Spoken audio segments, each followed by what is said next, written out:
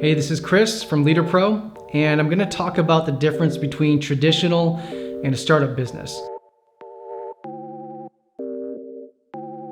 So you have traditional businesses and then you have startup businesses. I like to use an example a lot of times of like your local mom and pop grocery store versus Instacart or Amazon Fresh. What's the difference? All of them are servicing groceries to the consumer, but at the end of the day, a mom and pop grocery store might be able to break 10 million in annual revenue if they're lucky.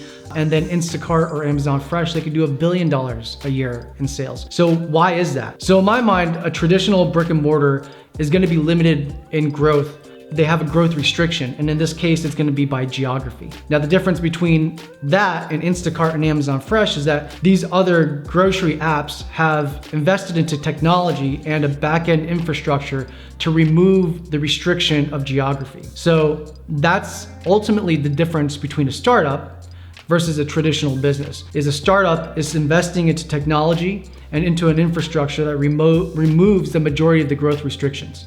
So a lot of companies, their biggest bottleneck is the lack of investment into technology for growth. But very similar to why we're doing LeadrPro is like, there's a lot of service-based businesses that also run into this growth restriction. And a lot of times the service-based businesses, the restrictor is human capital. So what do I mean by that? It's the amount of human hours that's required to provide X service. And a lot of times once you start discovering or building out a process that is maybe super manual or super fragmented, there is ways to introduce technology to automate those things. So now you're drastically cutting that time into a fraction of what it was before.